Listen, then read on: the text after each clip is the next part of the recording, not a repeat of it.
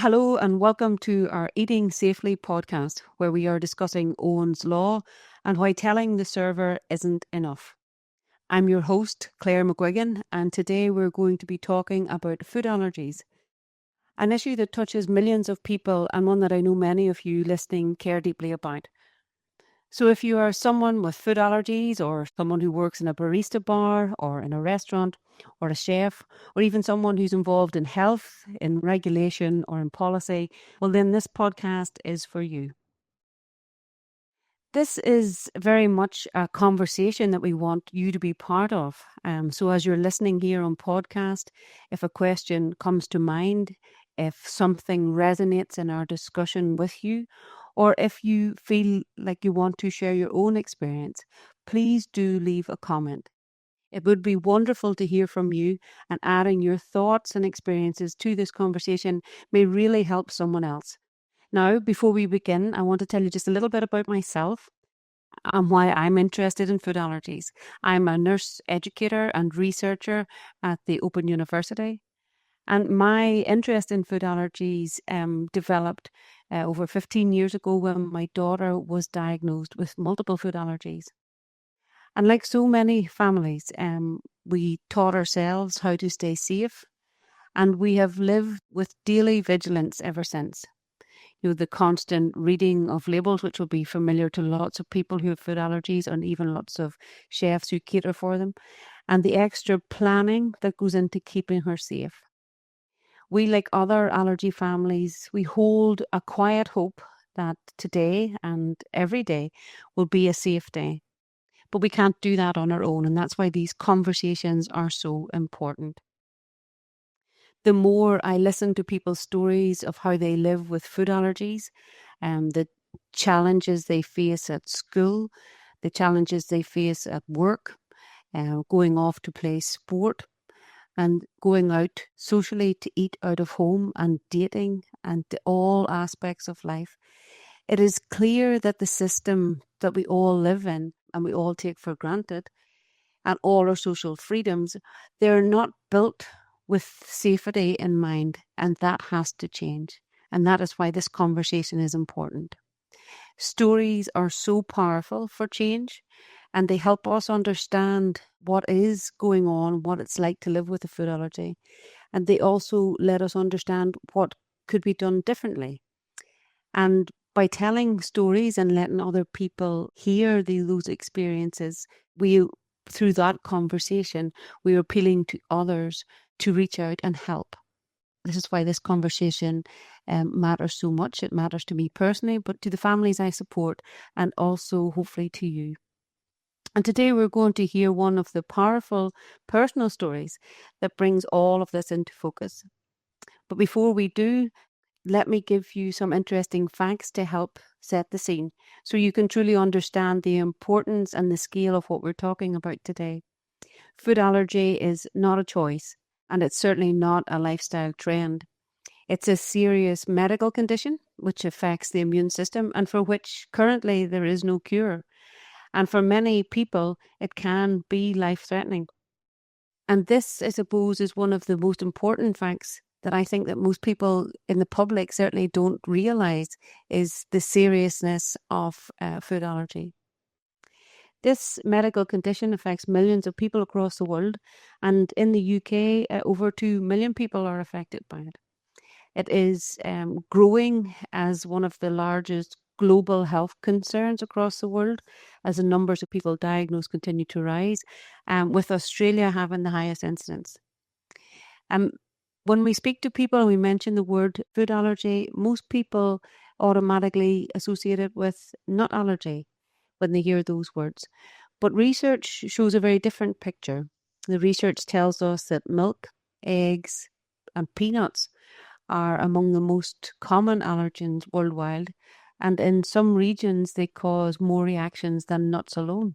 Isn't that an interesting fact? Did you know that? Did you know that cow's milk and eggs are one of the top food allergens? So keep listening till you hear a little bit more about food allergies. In the UK, the most common food allergies that we have are cow's milk, eggs, peanuts, tree nuts, and seafood. And cow's milk is an interesting one because, in particular, it's a major cause of severe reactions in children. Yet, public understanding on what food allergies are remains very limited. And it's this lack of awareness that I think adds to the risks that families face every day. So, hearing these facts, it raises an important question. Do you think it is time for a public health campaign to help the public understand what food allergies are, what their risks are, how we can help each other better? Think about that as we go through the discussion, and if you do have any thoughts on that, pop your thoughts into the comments. So now we come to the heart of today's conversation. I'm truly delighted to welcome Emma Kosher to today's podcast. Emma, thank you so much for joining us. Your commitment to improving safety for people with food allergies has had a remarkable impact across the UK so far, and I know your campaign continues. So I'm genuinely honoured to have you here with us today. So Emma, would you like to begin by introducing yourself and sharing a bit about your interest in food allergies? Hi, I'm Emma Kosher. I am co-founder of Owen's Law campaign along with my dad. We started the campaign in April 21 after we lost my little brother to anaphylaxis in 2017. I'm 16 years older than Owen, so although his sister, I did play quite a significant part in Owen's upbringing and keeping him safe from allergens, especially when eating out. Thank you, Emma, and thank you for sharing that with us. I know you're working hard to make change to the law in the UK, but before we get into that, I want us to begin with inviting our listeners to learn through personal story what living with a food allergy looks like. Sharing people's experiences brings food allergies to life in a very powerful way by letting others see exactly what the impact of that is on a daily basis. The stories of how people cope and live with food allergy make this often life-threatening medical condition, I suppose, more visible. And we need to know its impact so that we can help make things better for those people who live with food allergy. And while yes, we have like lots of statistics and they're very useful, but food allergy is not just a statistic. It is a serious medical condition that shapes and informs everyday life for millions of people. And yet, many people know very little about it. And I suppose I know for our listeners that what's important for them at this stage would be that your family's story, it really does bring that reality of a food allergy into focus in a way that numbers and statistics alone never can. So, Emma, I'd like to invite you to take us a little bit deeper. Could you tell us more about Owen, what he was like, what life looked like growing up together, and how that you navigated that whole world with his food allergies? And if you feel comfortable, I suppose, because I know this is difficult for you, could you tell us a little bit about how you lived with someone with a food allergy and how your family managed? And I suppose if you're comfortable with it, if you could tell us a little bit about how you've lived with something that no family should ever have had to face, and that losing a loved one to anaphylaxis. Yeah, thank you, Claire. So as I said earlier, I'm 16 years older than Owen. So although we're brother and sister, I did have quite a sort of significant role in his upbringing, and also was very aware of how much effort our mum in particular was putting into keeping him safe. Um, so we first started noticing his allergies right from the point when he was weaning.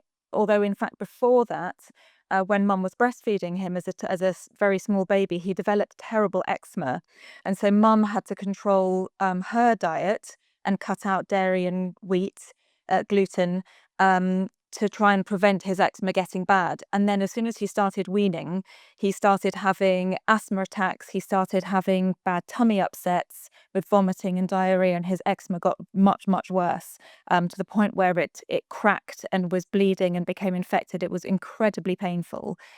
Um, and that then continued.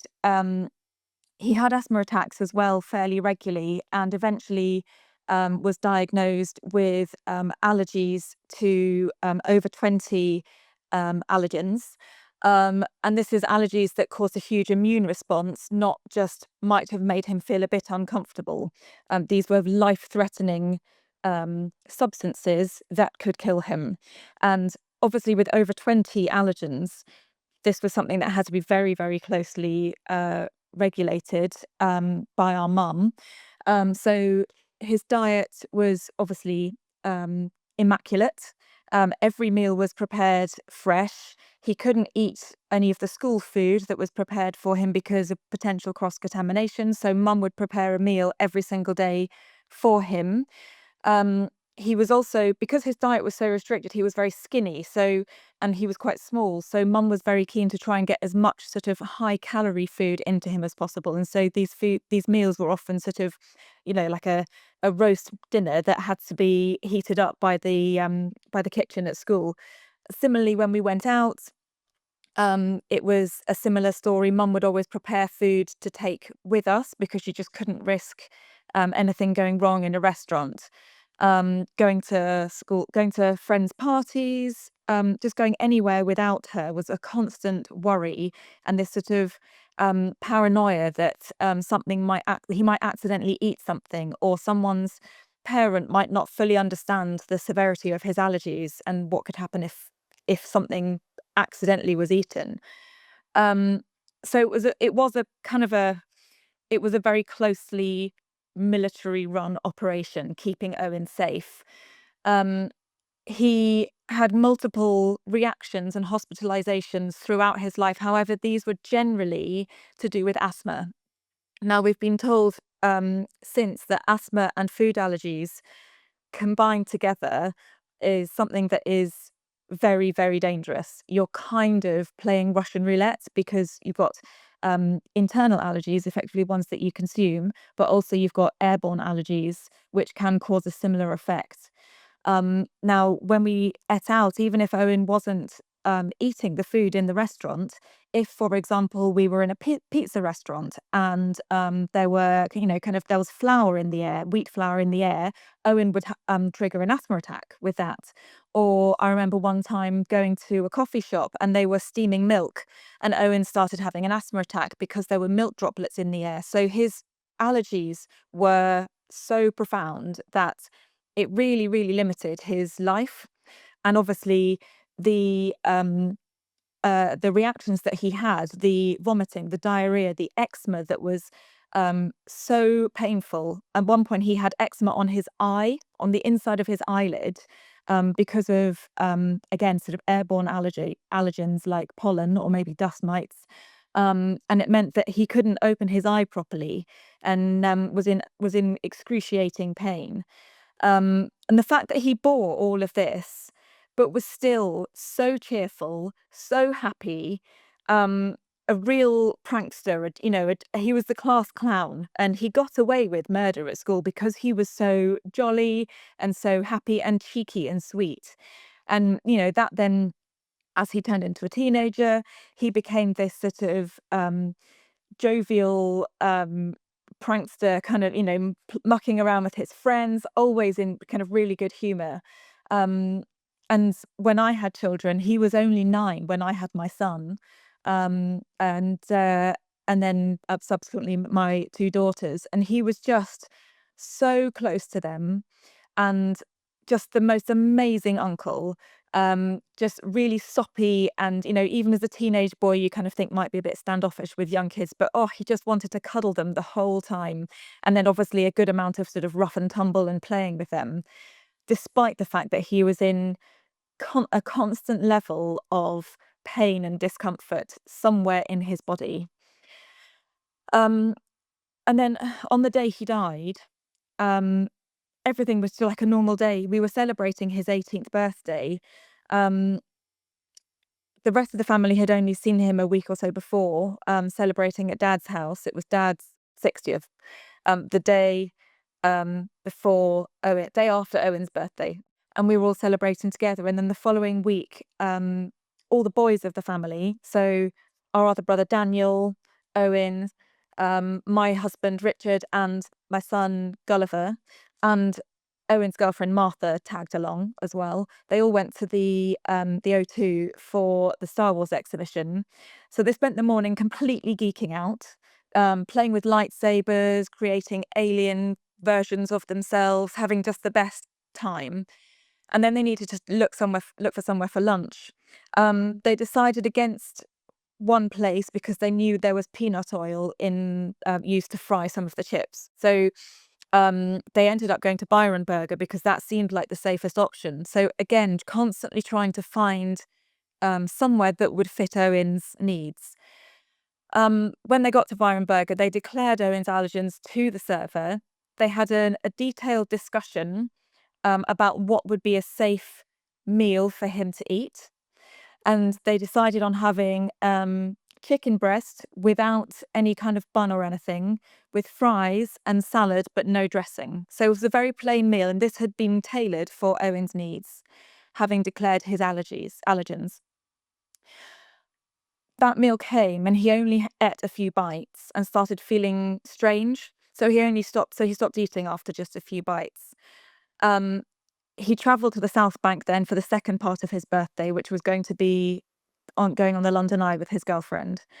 But he had to keep stopping on the way because his breathing was getting worse and worse, and he was puffing on his inhaler the whole time. He got there after about 20 minutes, and by the time he got to the foot of the London Eye, he collapsed. He couldn't breathe.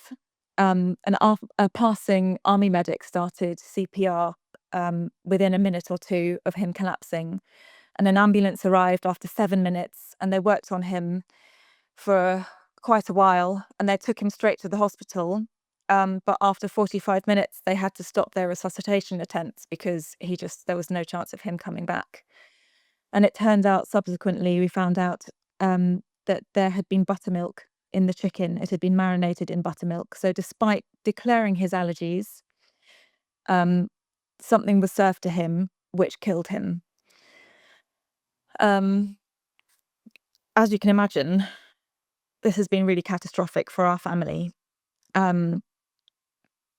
Sorry. You okay? Just take a moment, Emma. You're okay. It's really lovely. It's really lovely for you sharing the lovely insight into looking back at the scale of his allergens and how they affected him, but also those beautiful memories you've shared with us. His lovely personality and his presence. And I can hear in your voice, how cheery, your experiences together and your memories together are nice. But I can't imagine for 1 minute how impactful it has been for him not to be here with you. So just take a moment. Yeah. I think that's the thing, is that there was so much love within our family. There was so much joy, and for all of us, we miss that so much. We miss the laughter, we miss the pranks, we miss the music. He was constantly playing a guitar, or would always bring a ukulele or something along to family gatherings, so that he wasn't an amazing musician, but he loved music, and he would talk at us at length about some latest band that he'd discovered, or we miss that so much. And for anyone who's lost someone young will have the same thing. You miss them, but you also miss the things that could have been. And I kind of look at my children now, have missed out on so much uncling, so much role modeling, so much love. And that is something that I grieve for my children and for the rest of us. And to think that this could have been prevented so easily by better communication, whether that was, through the different steps in a kitchen, through the server declaring it to the chef looking at the ingredients. It could have been prevented so easily, and Owen could still be here. And, advances in medications and things like that, his life with his eczema and all of his asthma and things like that, medical advances could have actually made his life since then more comfortable. Obviously, allergies are never going to be, or never, probably in our lifetime, never going to be cured as such, but there are already medical advances to make life easier for allergy sufferers. And I just think he's missed out on so much. We've missed out on so much. Oh, Emma, I'm lost for words, really. Listen to you, I can hear the love that's surrounded Owen, and I get a real sense of loss and of the loss that you and your family are living with every day. And I'm so sorry. I know this is difficult for you to share with us. So thank you for trusting me and your listeners with your story. Emma, you have shared a deeply moving and personal story with us, which is heartbreaking. And by sharing it with us, it really does help us understand what is truly at stake. And I suppose for our listeners who may be not so familiar with your campaign, but for allergy families who are, it really does highlight why your campaign and other campaigns and these conversations are so important to raising the profile of food allergies. It is a very moving story, and I suppose as a mum of a child with food allergies, it's heartbreaking. It really is, impossible to hear what your family has lived through and not appreciate the reality of what people with food allergies face every single day. They are navigating a world that was not built to keep them safe, from coffee shops and restaurants to fast food counters, for eating on planes and trains and at schools and workplaces and even in hospitals. The very ordinary everyday environments, they become obstacle courses for people that have food allergies. And where one gap in communication or one missing label can actually have, life-threatening consequences. And I think that's, your story is very powerful, and it has put that message across. I think, for our listeners, whether you're a parent or a carer looking after somebody with food allergies, or if you're someone working in hospitality, I think you couldn't but be moved by Emma's story. We'd love to hear what resonated with you, and we'd love, your voice does matter to us, and we'd love to hear your experiences. They might be something that other people need to hear as well. So it'd be important just if you would like to put your comments at the bottom of the podcast. So today we actually focused on a very personal side of food allergy, with the emotional toll of it, the human cost, and the ongoing heartbreak of knowing that even when someone does do everything right, the system around them can still fail. And that is an issue then that we're going to look at in the second part of this Eating Safely podcast. On our next episode, we are going to move from the personal story to talk about how hospitality systems need to change. We'll be joined by a full panel of experts who each bring something interesting and unique and vital to this conversation. So in the meantime, let's keep the conversation going, because I think, what's important to remember is that the truth of what has happened to Owen is that he did everything that he was supposed to do. He declared his allergies to the server. He asked the right questions. And I suppose as an allergy mum, you school your child in doing that their whole life. So you do what you can to prepare them. And at the interface then, when he was asking genuinely for support from the server believed that the information they gave him was correct. So the problem wasn't Owen, the problem was the system around him, which that failed him, which really does prove, that asking the server isn't enough. So in part 2, we will look at more detail at how the system can and must change. We'll discuss things, like staff training, the need for allergies to be written clearly on menus so customers can make the right choices, and right through to, whose responsibility is it, and the law and legal accountability. This conversation, is not about blame. It's about trying to get in underneath some of the issues and some of the culture and practices that are there, And in the next part, you will hear about how change is happening, although more still needs to be done.